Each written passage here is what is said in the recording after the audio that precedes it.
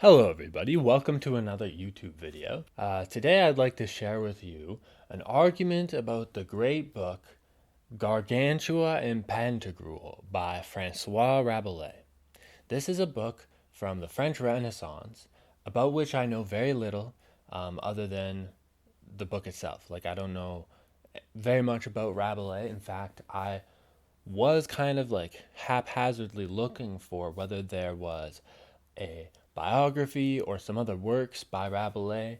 And as far as I can tell, other than maybe some letters or something, Gargantua and Pantagruel is basically the long and the short of his legacy. I believe he might have been a doctor or something.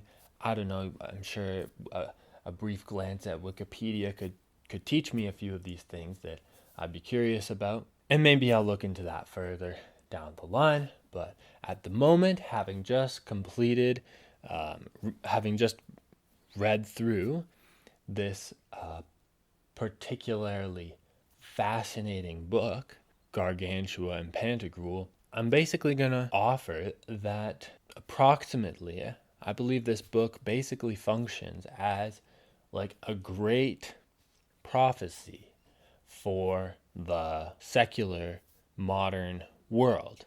A book that articulates and advocates the values of today, for better or worse. So much so that there are things in this book that are really surprising to see, at least for many of us, they might be surprising to see in something that is nearly 500 years old. I'm just going to pull this up on the website google.com because I just do want to see the exact date here of the publication of Gargantua and Pantagruel. So it looks like we have, at least on Wikipedia here, the publication of the 5 books of Gargantua and Pantagruel. This apparently took place from about 1532 to 1564. And so I've made a note of a few places in this book. There's so much to discuss throughout the 5 fascinating books of Gargantua and Pantagruel. But what I want to highlight today in particular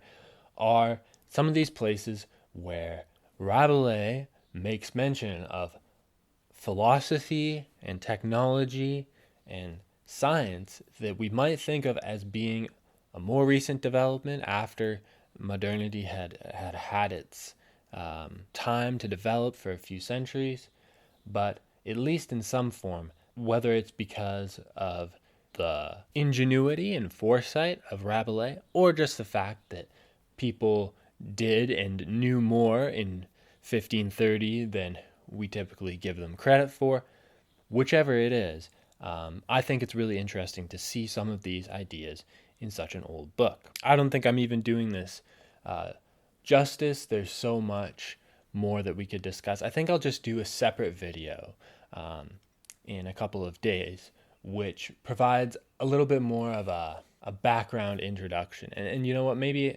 that video is already out. If it's already out, you'll see a link to it now. Maybe that makes more sense to do first. But yeah, let's dive into some of these interesting insights that Rabelais had. So the first of these is that apparently, I'm just going off my notes here, and then I'm going to double check with the text.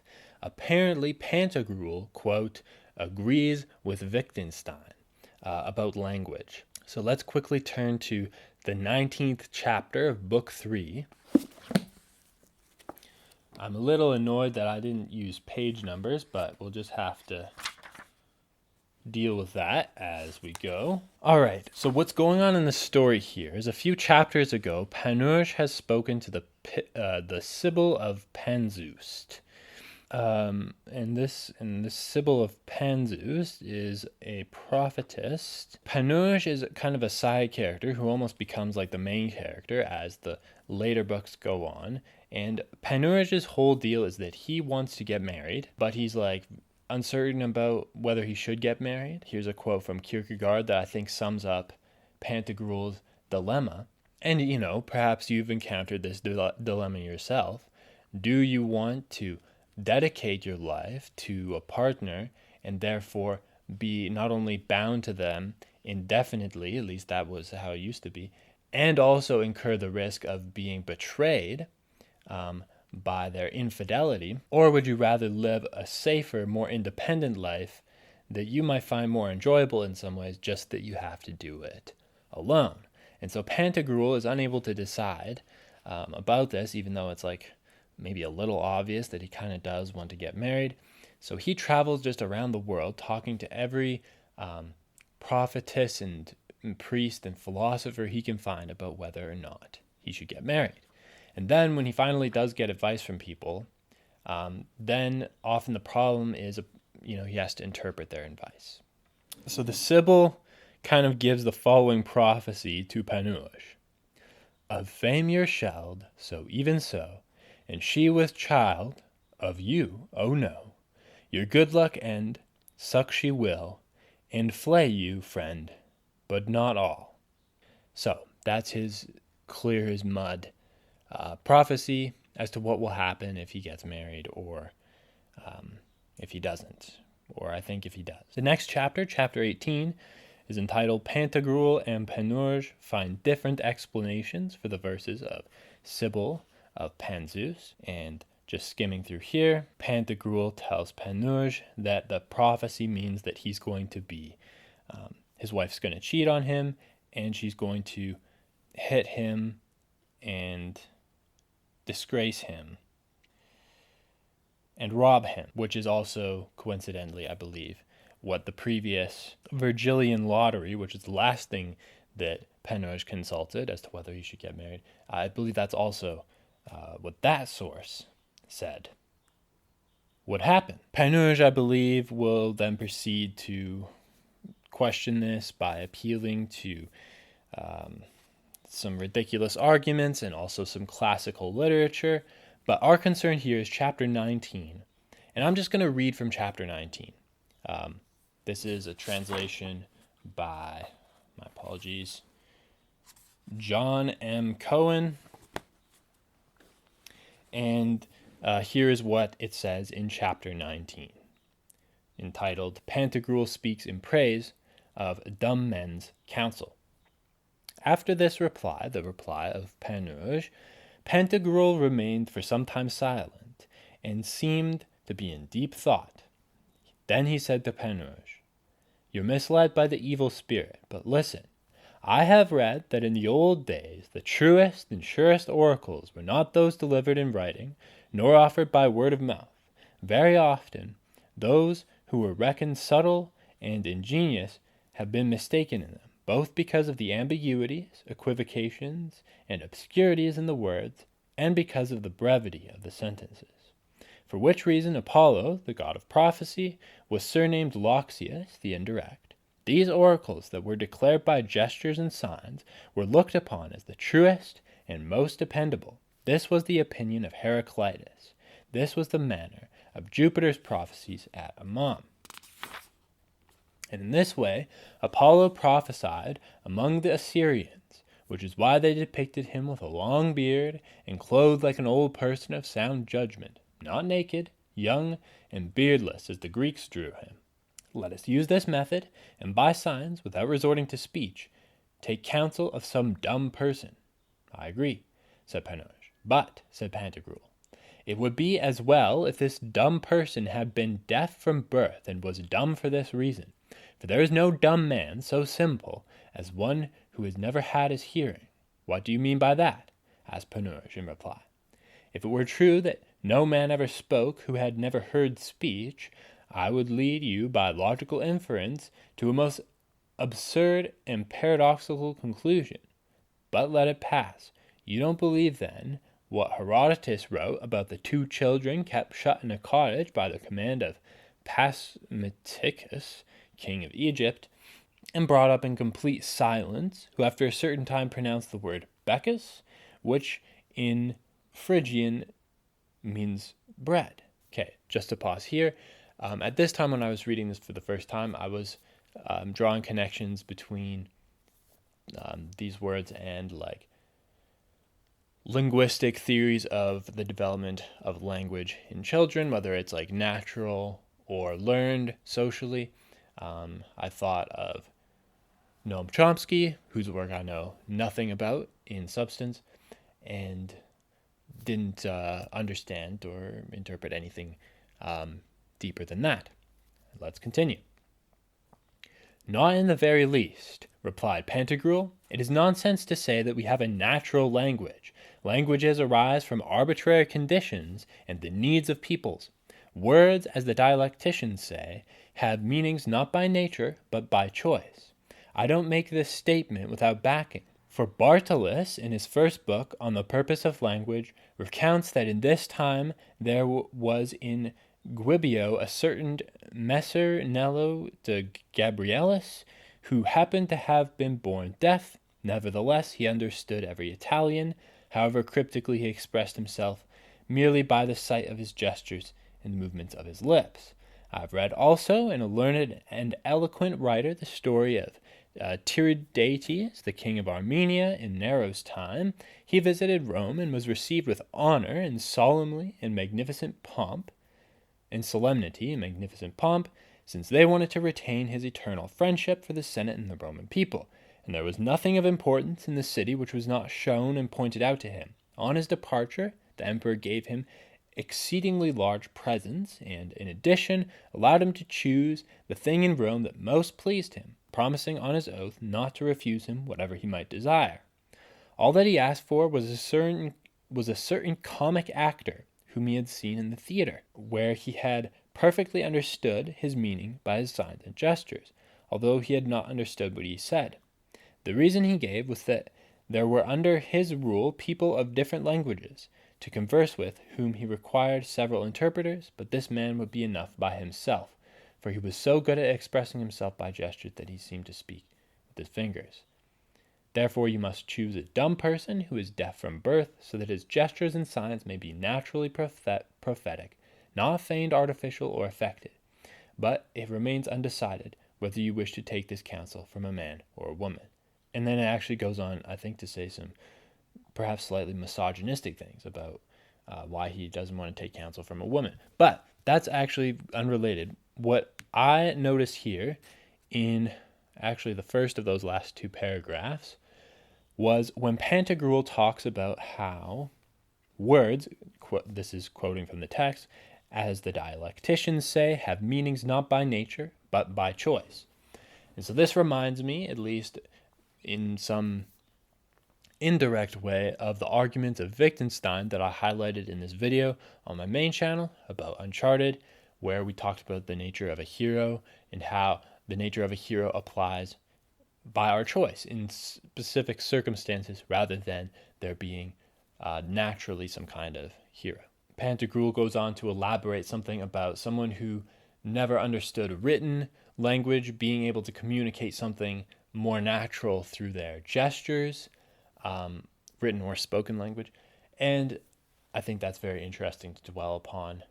But I'm not versed in linguistics. I can't tell you whether it really is true that without being spoken to or whatever else, our signs would be natural. Because isn't sign language already like also in a linguistic structure in itself? So how would that work? But anyway, maybe if you were isolated and deaf and blind, he's saying that you would then communicate according to nature's natural inclinations.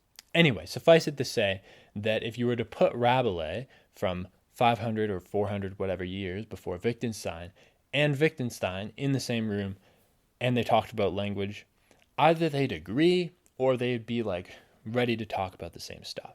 Right there, their conversation would be productive because they'd kind of understand where each other came from. Of course, barring the limitation that Rabelais would speak French and Wittgenstein German. I don't know if they knew each other's languages. They'd have to learn that first. Or else they could communicate using signs and gestures, perhaps with the help of the interpretation of a deaf woman, or however they would arrange that. Okay, so this might end up being a bit of a lengthy video because that's just one example and it's not even like the most interesting. So we will do this one more concisely. This is later in the third book, in the 52nd chapter. So briefly, there is reference to, when discussing this plant called Pantagruelian, when it is consumed or burned, will not spill a single atom of the ashes, nor let a single atom of the ashes of the pyre. I highlighted this because, we do understand that the ancient Greeks discussed atomism. I don't know. Maybe some of you guys know in the comments, like, who was the first Renaissance or modernist thinker to revive atomic theory for the modern world. I don't know who it was. Maybe they did come before Rabelais, but perhaps by drawing on the ancient like Greek atomists, it seems, whether he like fully integrates this into his worldview as a physician or not, Rabelais is at least aware of the concept of an atom. That's all I have to say about that. Okay, so the next example is in the 3rd chapter of the 4th book, and it entails communication over long distances using pigeons. And Pantagruel and his father, when there are vast distances that inhibit speedy communication, they're using pigeons with ribbons tied to their ankles to communicate basically binary messages. So, are you safe or not? If Pantagruel was not safe, they were to send back a black ribbon around the pigeon's ankle. And if Pantagruel was safe, it was a white ribbon instead. And so issues which had a yes or no answer, is a fortress still resisting or has it been taken? Is the battle won? The health of certain persons? You would send pigeons back and forth across vast distances, much faster than a messenger ship or horse could deliver them. And then you would get an affirmative or a deaffirmative or a disinclination or a negation. What do you call it? You would get a yes or a no as to this question. Now, what that question would have to be agreed on beforehand. So they'd have to like plan it out before they separated, right? Have to be like, okay, so I want to know when you get there if you're safe, or I want to know when you get there if the battle's going well. So you'd have to decide on the question beforehand. You couldn't like ask the question. I guess you could by just attaching a letter to a pigeon's ankle. I don't know what the practice of using carrier pigeons was like back in the 1500s. I'm sure they did it. Whether it was conventional to attach a letter or whether they did this yes or no communication as well. They might have. That's harder to intercept. When I first read it, it kind of reminded me of binary communication that is used as the foundation of computers. I don't think this example with the pigeons is exactly the same thing as that. Not really, but it just, made me think of that separately. I think the title of the chapter, quote, How Pantagruel Received a Letter from His Father Gargantua and a Very Strange Way of Getting Very Speedy News from Distant Countries, indicates that Rabelais, perhaps among with his other contemporaries, were already thinking of ways to speed up communication. And so it's only natural that things like telegrams and then telephones and etc. would develop according to this modernist worldview. In the 30th chapter,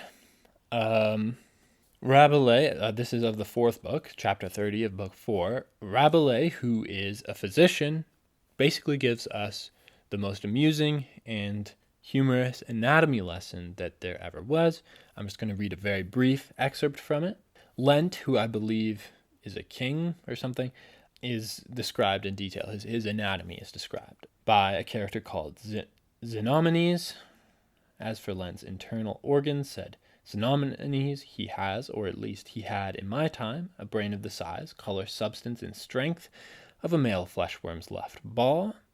His lobes are like a gimlet, his vermiform excrescences like a mallet, his membranes like a monk's cowl, his funnel like a mason's hod, the vault of his cranium like a patchwork bonnet, his pineal gland like a bagpipe, his miraculous network like a horse's plume, his his mammillary attachments like old shoes, his eardrums like a whirligig, his temple bones like feather dusters, the nape of his neck like a lantern, his nerves like faucets, his uvula like a pea shooter, his palate like a mitten, his saliva like a shuttle, his tonsils like a spyglass, the back of his mouth like a porter's hod, his gullet like a grape basket, his stomach like a baldric, his pylorus like a pitchfork, his trachea like a sickle, his throat like a ball of rope, his lungs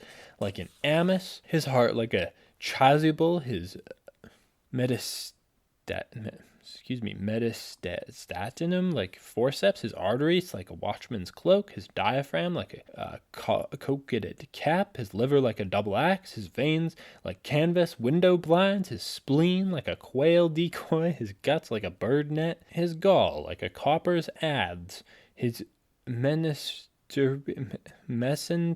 like an abbot's mitre, his hunger gut like a bulgar's jemmy, his blind gut like a breastplate, his colon like a drinking cup, his bum gut like a monk's leather bottle, his kidneys like a trowel, his loins like a padlock, his ureters like a pot hook, his emulgent veins like a pair of squirts, his spermatic vessels like puffy pastry cake, his prostate gland like a feather jar, his bladder like a catapult, the neck of it like a clapper of a bell, his abdomen like an Albanian's tall hat, his peritoneum like an armlet, his muscles like a bellows, his tendons like a hawker's glove, his ligaments like a hanging purse, his bones like jaw-breaking biscuits, his marrow like a haversack, his cartilage like heath tortoises or moles, his neck glands like a pruning knife, his animal spirits like a great punch on the jaw, his vital spirits like hard flips in the face, his seething blood like a rain of slaps on the nose, his urine like a pope fig, his sperm like 100 carpenter's nails. And his nurse told me that when he married Maundy Thursday, he begot only a number of locative adverbs and certain double fasts. He had a memory like a scarf. His common sense was like a buzzing hive, his imagination like a peal of bells, his thoughts like a flight of starlings, his conscience an unnesting of young herons, his deliberations like a sack full of barley, his repentance like the carriage of a double cannon, his undertakings like a galleon in the ballast, his understanding like a ragged breviary, his ideas like snails crawling down from strawberry plants, his will like 3 nuts on a dish, his desire like 6 tresses of sainfoin, his judgment like a soft slipper, his discretion like an empty glove, and his reason like a hollow drum. Okay, and then it goes on to that's not it. There's 2 more chapters about Lent's anatomy.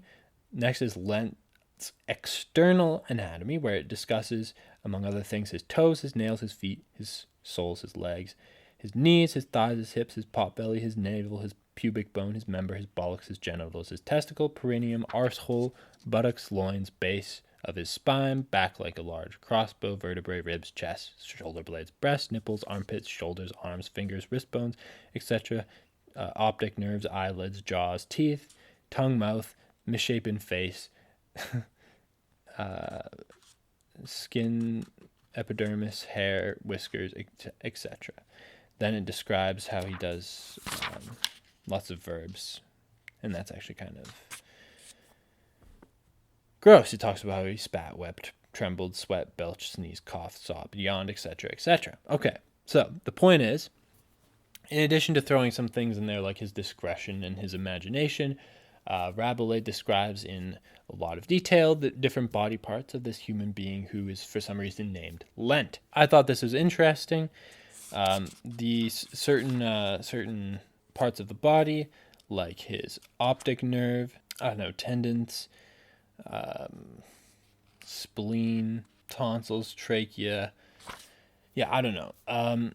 Because of the bias of my education, where I was brought up to believe that people in the past were stupid, it did initially surprise me to learn that Rabelais knew so much anatomy, which shouldn't, because he was like a doctor, but yeah, just to help dispel, hopefully, our notion that people of the past knew nothing about medicine. Here's some evidence to the contrary. etc. In the 62nd chapter of the 4th book, I believe that approximately Rabelais describes the mechanisms and the inner workings of a gun, or at least an early musket or cannon or however, whatever technology they would have had in the 1500s. Quote, into a bronze falconet on top of the gunpowder, which had been carefully compounded, purged of its sulfur, and mixed with a proper portion of fine camphor, he put an iron cartridge of the right caliber, 24 little iron pellets, some round and spherical, others tear-shaped. Then, having taken aim at one of his young pages, as if intending to hit him in the stomach, halfway between the page and the falconet, in a direct line, he sprung up a heavy siderite on a wooden gibbet by means of a rope. By siderite, I mean ironstone, otherwise called Herculean and found in ancient times. Yeah, he goes on all these digressions. Then he applied, I skipped some things about ancient, as a Nicander test. I don't know what he's talking about. We commonly call it the lodestone. Then he applied fire to the falconet through the touch hole. When the powder was burned up, the cartridge and pellets were impetuously ejected through the weapon's mouth by the air which rushed into the chamber, so that there might be no vacuum. For when the powder was consumed, there would otherwise have been a void, which nature cannot tolerate. Indeed, rather than suffer one to exist anywhere in the world, she would prefer the whole fabric of the universe, sky, air, earth, and sea, to be reduced to its ancient chaos. Okay, so then he goes on. I don't know if that's actually how a gun works. Hopefully not, because I don't think you're supposed to describe that flippantly on the internet. But I don't know. I just thought that was kind of cool. Okay, the last thing I want to highlight, and then we'll end the video here, is Rabelais' description near the end of the book. Basically, an automatic set of doors, which get an entire chapter dedicated to them. I won't read the whole chapter. This part of the book is very fascinating and beautiful for a number of reasons. This is the least interesting thing. Here's a quick passage from this 37th chapter of the 5th book. Suddenly, the two doors opened of their own accord without anyone touching them. And as they opened, they made no loud noise or horrible creaking, as rough and heavy bronze doors usually do, but a soft and delightful murmur which echoed through the vault of that temple. Pantagruel at once perceived the cause of this, for he saw beneath the end of each little door a roller, which was secured to the door by its axle, and which revolved as the door moved towards the wall over a hard serpentine stone, which was rubbed smooth and polished all over by its friction. This was the cause of the sweet and musical sound. Okay, so these are actually some relatively trivial quotations from Gargantua and Pantagruel, which in various ways sort of indicate the forward-thinkingness of Rabelais, which would eventually, perhaps indirectly, be our undoing. I don't necessarily think the Enlightenment was entirely a good thing, but we'll leave that for another time. This is a Renaissance thing. I don't care, but I hope you get what I mean. I hope that through highlighting some of these quotations, not only did you maybe get some enjoyment from the joyful, humorous rhythm, and maybe even got a hint of some of the vulgarity of Rabelais' writing, but also to help dispel the notion that just because somebody of the past didn't have Google, it doesn't mean that they were brain dead. In fact, it might be the opposite. It might be us having access to the internet who are more brain dead than people of the French Renaissance or wherever else. I think it's interesting not only to see how this 500-year-old text discusses and dwells upon many of the same problems that we still grapple with today. Should I get married? How does a gun actually work? Medicine. But what are some of the joyful tendencies and articulate powers of understanding that a physician, for example, might have had back then, that we no longer have access to? His breadth and depth of learning across multiple disciplines. I think it's interesting. The conclusions of the book, the message of Gargantua and Pantagruel, is ultimately, I think, very, very materialist, very, very secular. It leads us down the path, in some respects, towards the nihilism and atheism and the rejection of church authority and Christianity that would ensue over the following centuries, that in some respects may have helped contribute to crises of mental health and loneliness and other things, even to great wars and things like that. But if it's a materialist book that's ultimately, at least in some ways, rejecting or starting to reject the authority of God, Gargantua and Pantagruel is the most vivid and beautiful materialist text that I have ever encountered so far in my life. We may have adopted some of Rabelais' interests as regards technology and medicine and like secular, worldly, materialist thinking, but I believe we've also lost or just never had the joy and the creative depth and breadth and colorfulness of Rabelais' vision. Of course, it's satirical, and how that works into whatever he was critiquing of French culture at the time is something I'm not intimately familiar with. But in a more universal way, my takeaway from this book is that, look, if we are going to go down the path of materialism, secularism, pursuing technology and science and whatever else before or as much or a lot as compared to our religious sentiments, then at the very least, we should be joyful about it, in my opinion, like Rabelais.